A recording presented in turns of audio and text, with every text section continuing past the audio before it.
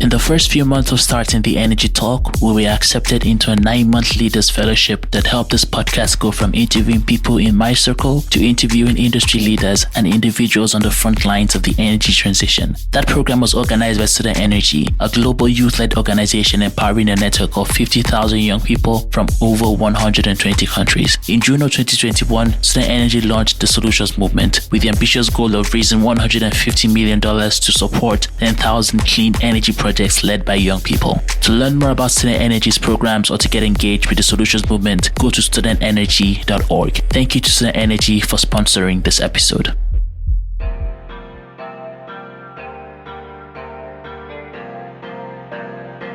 The Energy Talk. Hello and welcome to the Energy Talk podcast. My name is Olubunmi Olajide and thank you so much for joining us again this week. Today we're starting a new series on decarbonizing heavy industries in collaboration with Student Energy, our sponsors, and Lead It.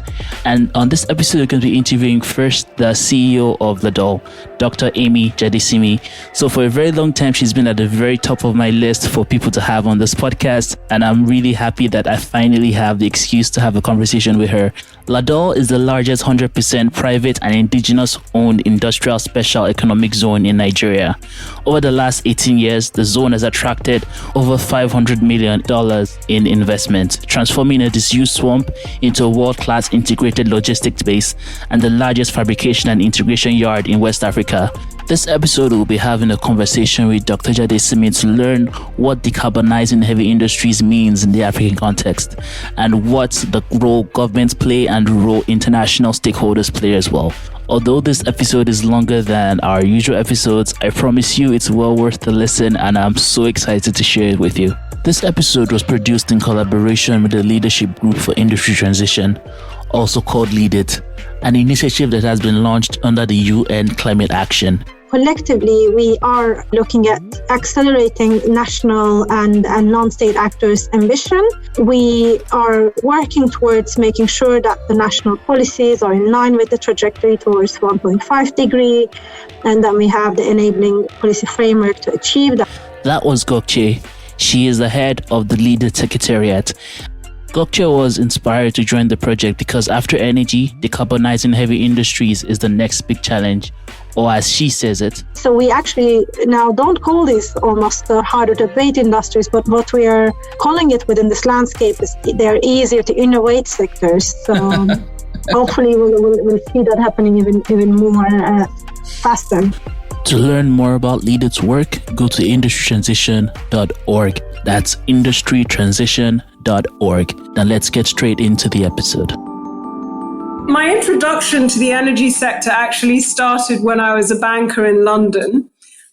I was in investment banking with Goldman Sachs, and I was in a generalist team called the UK team. And as part of that, we worked on a range of sectors. So I did do energy and oil and gas projects at times. But after leaving Goldman, I went to business school and then moved back to Nigeria.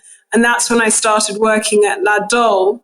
And that's when I realized how important it was for, LADOL, but countries like Nigeria, to look at how we could industrialize and reverse the resource curse by including higher levels of local content in what we were doing in the petroleum and energy sectors. And I think, this realization was previously made by my father, who founded LADOL, but it's easier said than done, as we've discovered. But it is critical for localization and local content to take place, because without it, we're simply not going to industrialize. And then it became a question of what type of industrialization did we want to engender, support, develop. And I want to talk about LADOL because although LADOL plays such a huge role in Nigeria's energy ecosystem, being business facing and not having a consumer face, many people are not familiar with what LADOL does. Let's start from there. What is LADOL and what operations does it have and what impact is it trying to make? So LADOL is a special economic zone, a free zone, located in Apapa Port in Lagos. We are unique in many ways, including the fact that LADOL is privately developed. And it's one of the largest 100% privately developed zones in Nigeria. Now, the facility started off as a disused swamp. It was literally a swampy jungle area that the government intended to develop into a port facility in Apapa.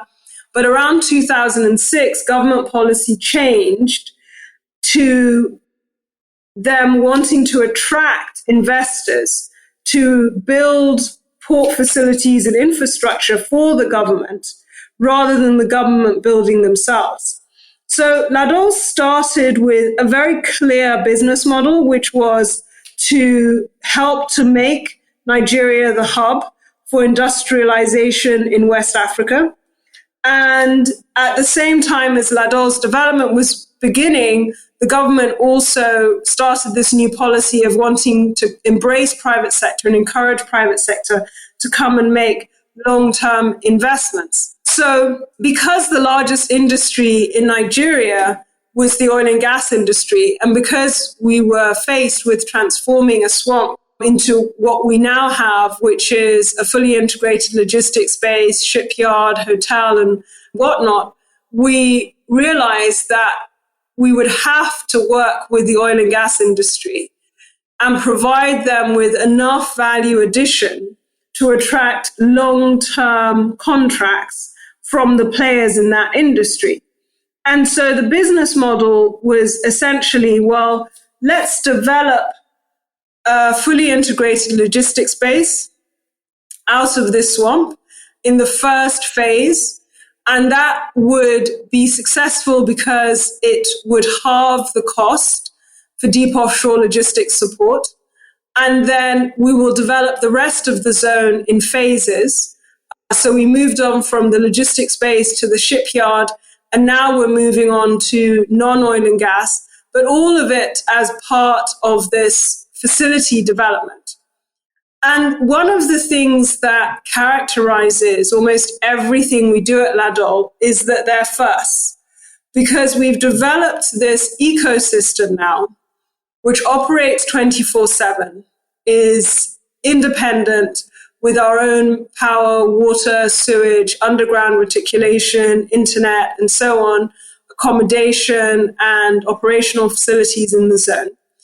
And we have all the international certifications, so ISO 9001, 45001, 14001, and so forth. So you now have this highly developed ecosystem operating 24/7 that can support projects that have never been done in Nigeria before.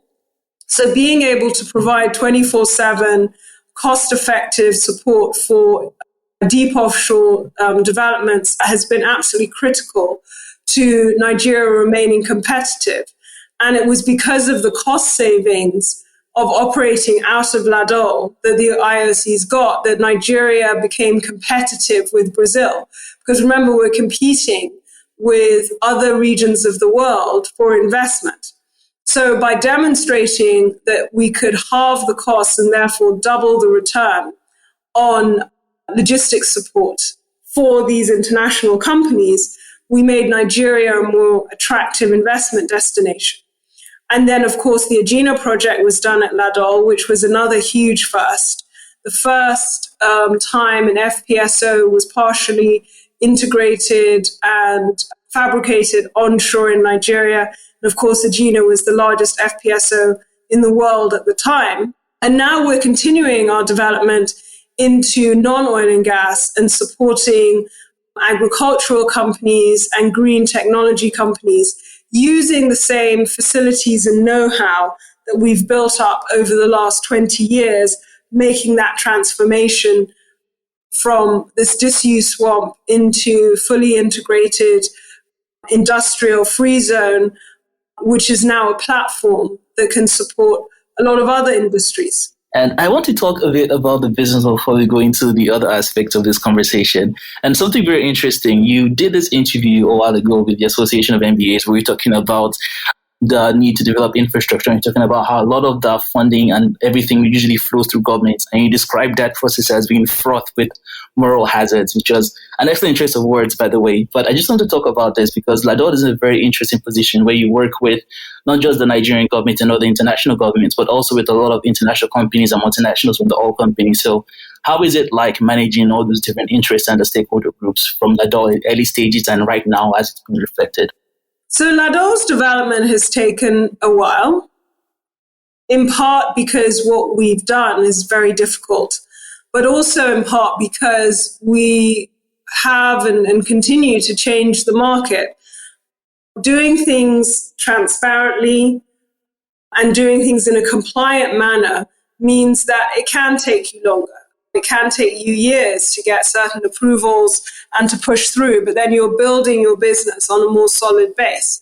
So I think, a lot of people will look at a country like Nigeria with a short-term viewpoint.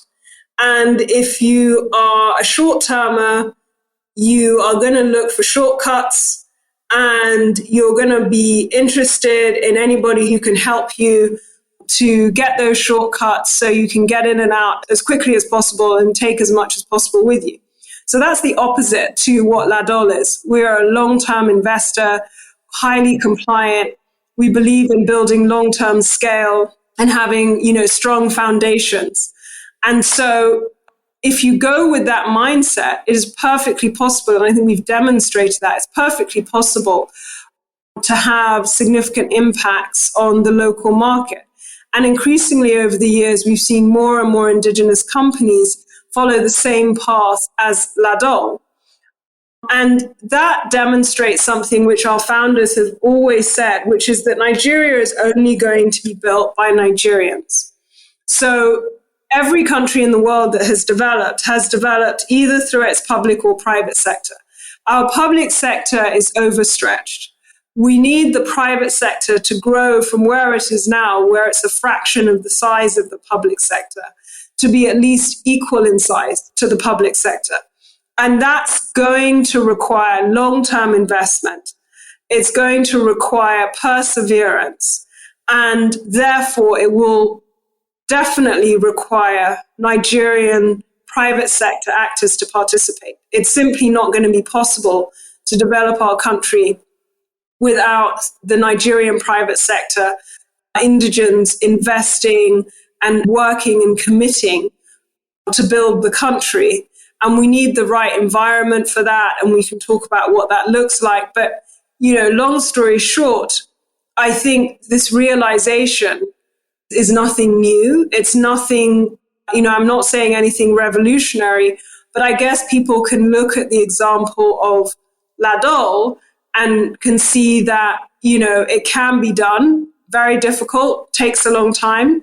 One of my ambitions is to ensure that the next LADOL doesn't take nearly as much time and they don't have to go through nearly as many trials as we've had to go through. But at least it can be done. And the impacts that you have go beyond the returns to your shareholders. They also help the country and ultimately the region. That's very well said. Outside pressures, but how have you seen the changes from the LADOL's perspective, being that central hub where lots of projects have come through your doors per se, and how does this push towards carbon neutral affect Nigeria and affect Africa as a whole? Because as I'm sure, as you know, as I know, sometimes a lot of the multinationals, especially in the oil and gas industry, since LADOL has this long-term mindset looking at everything in terms of development, a lot of the multinationals we're working with, they obviously all set off like some sort of like net zero target or something like that. And sustainability and climate change targets is something that's a lot more prevalent in our regular conversations, especially in boardrooms and especially from activists, and the international commitments and the commitments in developing countries and their practices when it comes to their operations don't necessarily match what we describe as best practice in terms of the environmental conservation and obviously meeting climate targets. So thinking about that, how have you noticed the trends, and what's your thoughts about the push towards carbon neutral in terms of the industrial space? So first of all, let's talk about the positive things. There are a lot of positives. Firstly, just in terms of the willingness of international investors to put money into the hands of Africans has increased over time. We're not where we need to be. But at least now I think there is a recognition that if you don't put money in the hands of Africans, African-owned companies, you're not going to achieve your targets. You're not going to be able to maximize your return. You won't be able to grow the market. And we need to grow the market in Africa. A thriving Africa with a lot of industrial activity, with a huge middle class, that will power the world. So I think there's kind of an understanding that that's where we need to get to. There's also an understanding that we need to move away from paternalism. And I think the move from MDGs to SDGs exemplifies that in a way. SDGs level the playing field. Every country in the world has things to do, and we have to do it for ourselves. And then you come right up till today and you see COVID, and COVID, demonstrated to our leaders in various African countries that we're really on our own, and we have to think about homegrown solutions and support, ourselves so that we can develop ourselves. And in the West as well, I think, the pullback from interfering in Africa in a way that overall has obviously been negative is good. And the recognition that even though COVID led to a lot of expatriates being called home and so forth, business continued. Like LADOL didn't have a single day of downtime. In fact, during COVID, we worked even more. We worked round the clock uninterrupted. And so I think various African countries and various companies within Africa were able to demonstrate our capabilities, that without international support, we can operate at or above international standards.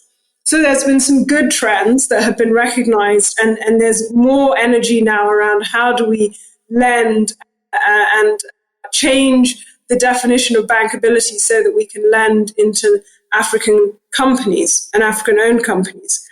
The downside when it comes to sustainability is that the narrative is still largely, I think, confused. There was a very clear narrative around sustainability, I would say like 1-2 years ago, where I was a commissioner on the Business and Sustainable Development Commission. We put together a report called Better Business, Better World that basically demonstrated two things. One, there is a huge market out there for sustainable business models, $12 trillion market. It's largely untapped. And two, sustainable businesses are more profitable in the medium and long term than non-sustainable. So that's great. You've got this huge addressable market, and if you operate sustainably, you're actually going to make more money. Now, but you've got to think in medium to long term. So this isn't a 3-month, time horizon, which is bad for many other reasons anyway. So that's great. But now the narrative has shifted to this net zero concept. And that net zero concept is, in too many cases, nonsensical. What does it mean? Are we saying on the one hand that countries which are low income, high growth should stop developing? Or should they only develop by skipping over carbon energy sources and going right to solar and wind? And if we're saying that they can only develop climate-friendly energy solutions, by we in this scenario, I'm saying from high-income countries, does that mean high-income countries are going to pay for that? So, there are some very real questions around the net zero push, particularly when it comes to high-growth, low-income countries, that aren't being answered. And on the other hand, we put on the news and you see that in wealthy countries, they're still using coal, but they're not giving us money to use gas, So the whole narrative has become confused. And it's a shame because, as I said, I think 2 years ago, we had a really clear narrative and a really clear momentum towards sustainable business. Now with this panic around climate change and insincerity around climate change initiatives and confusion, as I say, we're losing that clarity.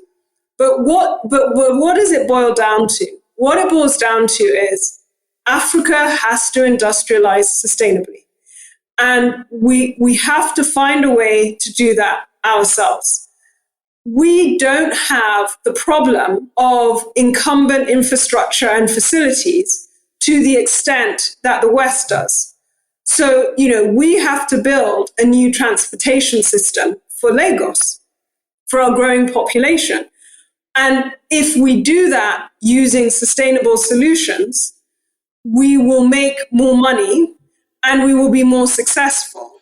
And we will have higher returns in terms of the satisfaction of the citizens of Lagos. So without getting caught up in the net zero bandwagon, there are still very strong fundamental reasons why we in Africa should develop sustainable industries and should find sustainable solutions. That will not always mean solar power.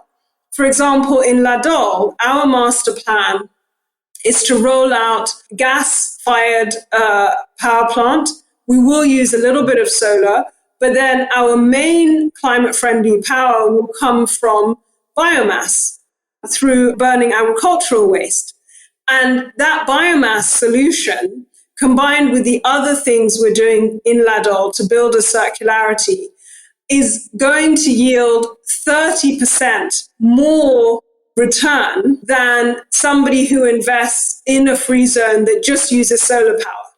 So in other words, the market in Nigeria, in Africa, is a really attractive one with high growth potential and a lot of opportunities for deployment of new technologies and new solutions, which we can start to plan now.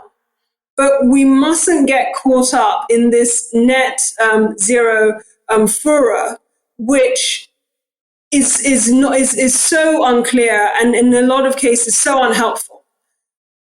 And so we've got to stay true to the mission of sustainable industrialization in a real sense and in a practical sense. And I think that's what is really critical at this moment, to not lose sight of what we're trying to achieve and what we can achieve if we don't get distracted by sound bites. I'm just going to pull off for the example you gave about the biomass for power generation, as a lot of times some of these template solutions get pushed to developing countries, and most of the time is not very helpful.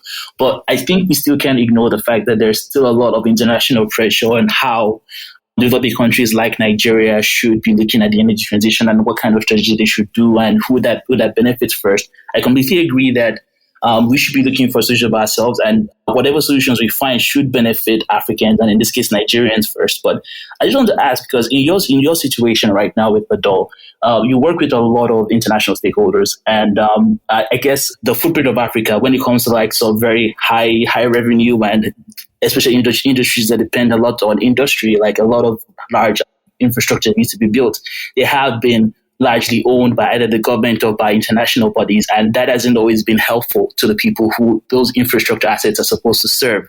So right now, as we kind of move towards more Nigerians and more Africans coming into this space, and it's becoming more indigenous in terms of actually owning assets and developing them, what role do international stakeholder groups tend to play, especially when it comes to things like financing? Because a lot of financing, as you mentioned, does come from external sources. And also when you have international bodies, without being too political here, trying to make policies that aren't very helpful for everybody that they think they are, especially when it comes to the energy transition. So I just want to get your thoughts on that. So the first thing is we have to recognize that most DFIs were not set up to help Africa develop.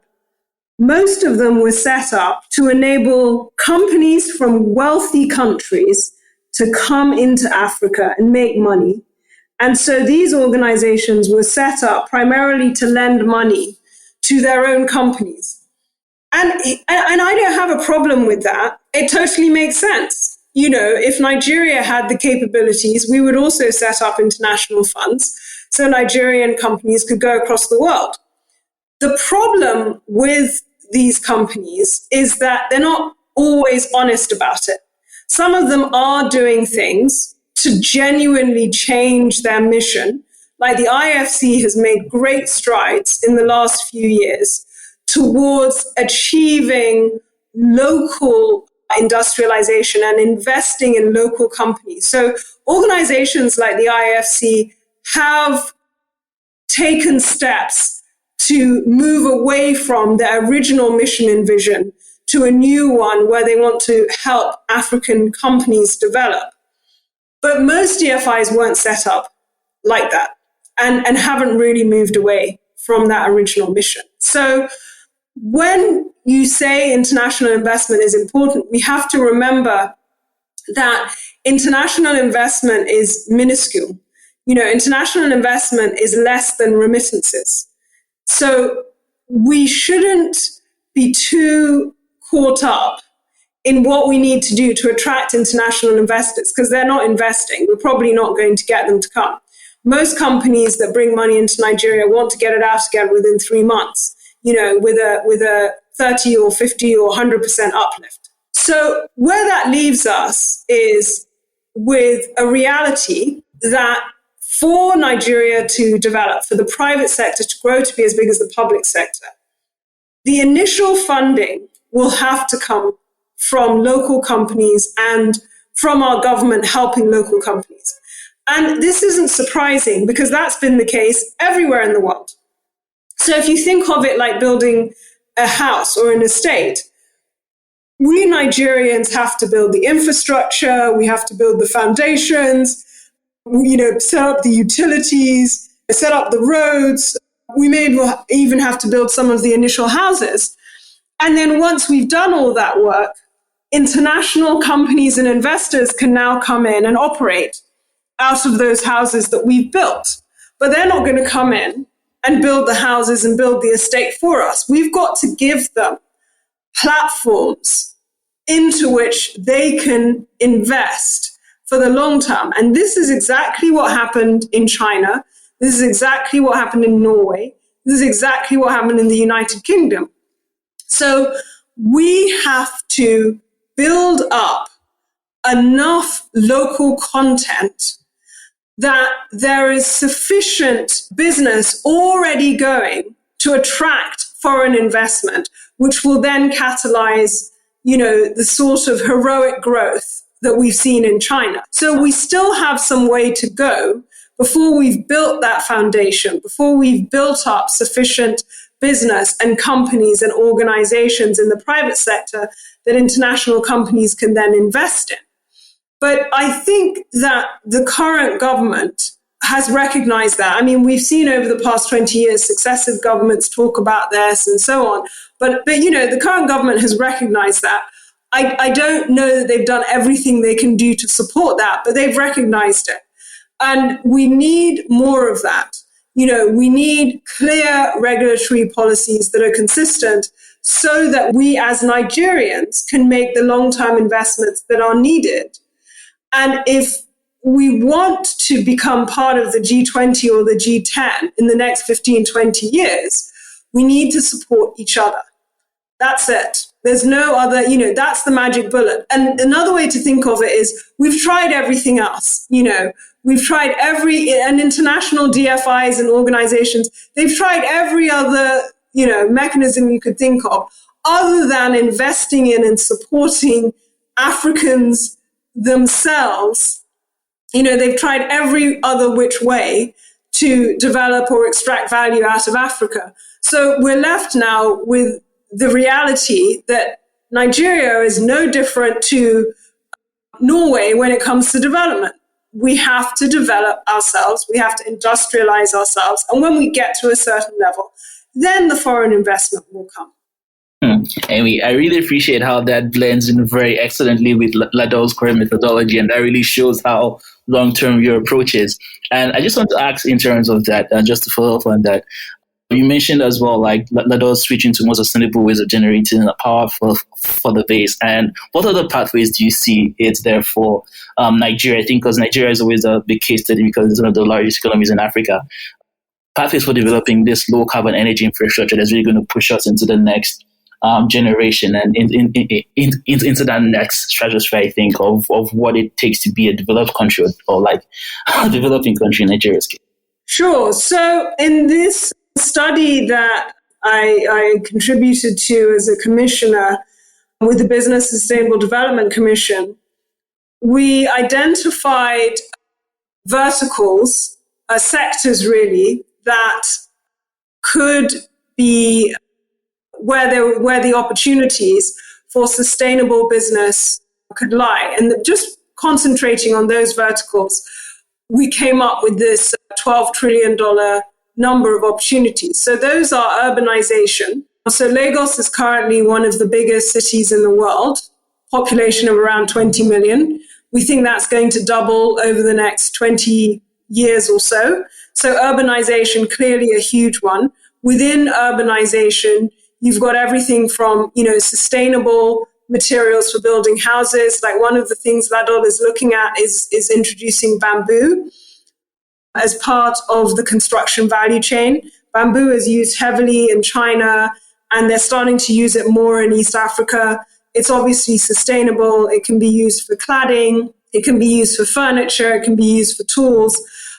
It's very easy to grow, and you can even grow it in land that is going through a transition from pollution to fertile. So it's also a good crop for, some areas in the Niger Delta. So urbanization is a big one. There's a whole bunch of opportunities there. You've obviously got energy and the energy sector, and LADOL is working with groups including Rockefeller Foundation and All on how we can help to create a bigger market for mini solar grids in Nigeria. So you've got urbanization, you've got energy, you've got healthcare. LADOL we've put together a preliminary plan on how we could support the healthcare industry in LADOL. And we're looking at, helping through the back end support. So kind of like being the Amazon warehouse, as well as an area where you could do a lot of manufacturing for the healthcare sector, an area we realized was critically important through COVID. But it's not just about PPE. It's also about, gases that you need. Oxygen became a topic of conversation all over the world when we saw the shortages in India. So, LADOL's environment is suitable for doing these high value activities where you need back-end services that are absolutely critical to providing healthcare sustainably and for a large population. And then you've also got agriculture, and agriculture is a huge part of what we're going to be doing going forward. It's a huge part of what Nigeria already does, but when you look at the gaps, you've got a huge gap in agricultural processing. You've got a huge gap in the cold chain, and these are areas that we're looking at. How can LADOL help to play a role? So just through these four verticals, there's $12 trillion of opportunities out there. And Nigeria is probably the largest underserved market in the world. So if you're an entrepreneur in Nigeria looking for ways to add value, looking for ways to, participate in this growing private sector, sustainable business will give you the most profitable business in the medium to long term. And it will also give you access to the largest realm of opportunities going forward. And you'll also be able to tick the boxes when, people from abroad come and say, well, are you sustainable? Are you net zero? Whatever they mean by that, you'll be able to tick those boxes as well. But, what's important for me is not that you can tick those boxes in an intangible way, but that you are actually doing work on the ground, that you're implementing a business that will make Nigeria, Africa, a sustainably industrialized country. Very well said, Amy. And I want to end this up with two questions, and I don't think I can end the interview without asking. The first one is, being one of the core leaders of LADOL right now, it puts you in a very small group of female leaders worldwide, and it puts you probably at an even smaller group of female leaders at large organizations in Nigeria as well. A lot of times in meetings and in rooms, you probably going to stand out in a lot of those kind of situations. And has that caused any extra challenges, and how do you deal with that for the female listeners? And also, you also talked about the books you've read, so I'd like to get a book recommendation from you as well. Sure. So my experience as a woman leading men and as a woman in male-dominated industries is very similar to a lot of other women I speak to. So you have, across your career, you go from, when you're fairly junior and you're doing, and you're producing for the group you work for or whatever, you have fewer problems, you have to prove yourself. There's less leeway. So if you're a woman at the start of your career, you've got to come to meetings prepared. Your mistakes will be exaggerated. Your successes will more quickly be forgotten. And so there is that pressure to perform. As you move higher up, you then realize more acutely the extent to which people will start to go out of their way to belittle you. And sometimes they don't do it deliberately, but there is this emotional bias, when you grow up in societies that have sexism baked into them. It's so inherent in the way people think, even other women, that you do have to even educate yourself about how you should be being treated and what people should be saying to you. And then you have to educate others and find ways to educate others about why their behavior is not appropriate. And in some cases, I think I've said this before, as a woman leading a company, you do sometimes have to lead from behind. I think I've told this anecdote a few times where I'm sitting in meetings with people and they literally can't negotiate with me. They're physically distraught at having to negotiate with me. They're physically distraught that I'm not agreeing with them, that I'm, countering their points with them with my own points, to the extent that it's not possible to continue the negotiation unless I let a male colleague take over. Because I'm running a business and I'm in a service industry, and, what matters at the end of the day is closing the deal. As a person, I am comfortable letting other people lead anyway.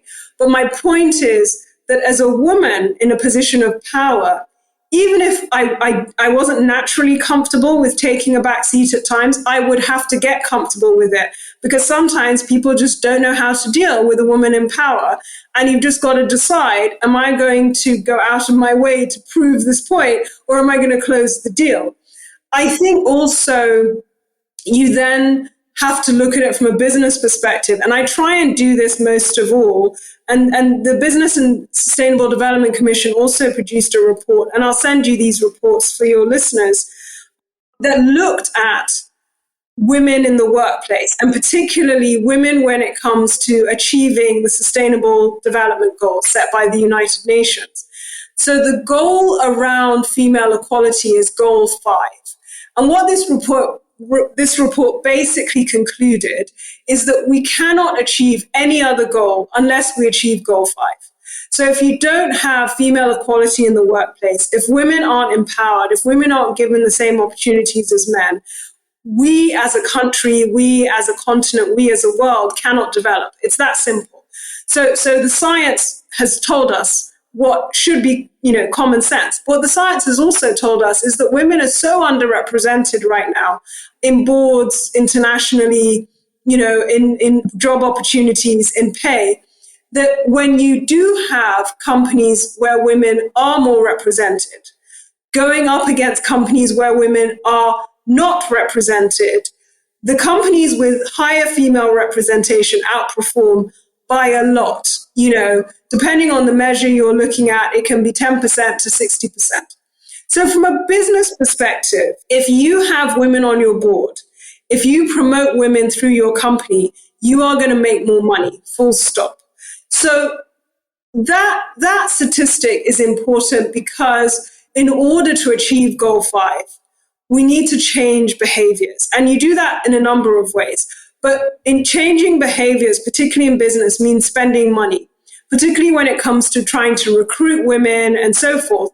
So if you're spending money, you have to show how the business is going to make money. Unfortunately, as is the case with sustainability in general, taking steps towards achieving Goal 5 and being compliant with Goal 5 will make you outcompete your competitors, and you will make more money than your competitors. So that speaks for itself. But, the last thing I'll say on this topic is that every minority rises or falls based on the efforts of members of that group. And women are no different. Women were not given the vote. Men didn't wake up one day and say, oh, I think based on the science, if women voted, we would make better political decisions in our society, would be better. All of that logic, all of that science was all there.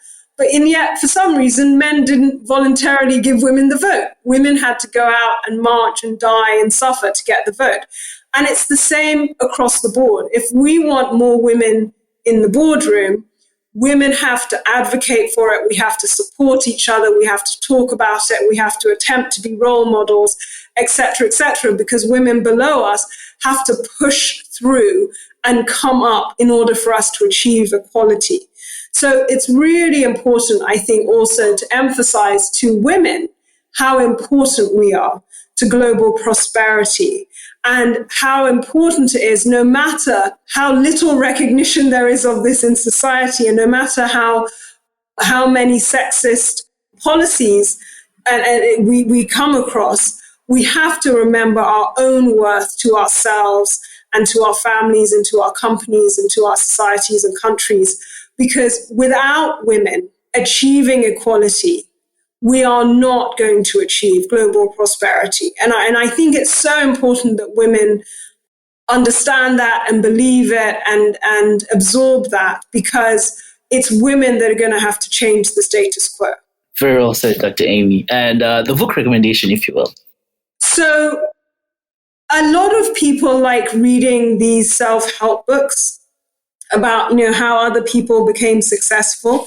I like reading Malcolm Gladwell because his books talk about things firstly from a scientific perspective, but also he's written a book called Outliers, which looks at the habits of very successful people. So he concludes that most successful people and groups, and he uses the Beatles as one of his successful groups, have been successful only after they have been doing the thing they became successful at a lot for a very long time. And he came up with this metric of 10,000 hours. So the Beatles, before they became the Beatles as we know them, actually went around Europe and spent a few years performing in dive bars and perfecting their art by doing a hard slog of just going to probably some very unpleasant venues and playing and playing and playing and playing.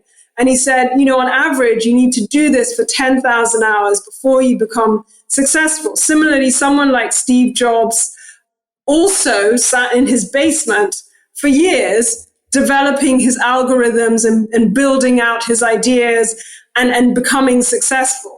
So, in other words, there aren't any shortcuts. And, you've got to enjoy the journey and be passionate about the things you're doing in order to achieve success, because you're going to be doing those things for a very long time. Thanks for listening to the Energy Talk podcast. You can find us on all podcast listening platforms. Just search for The Energy Talk. Send us an email to @energytalkpodcast@gmail.com.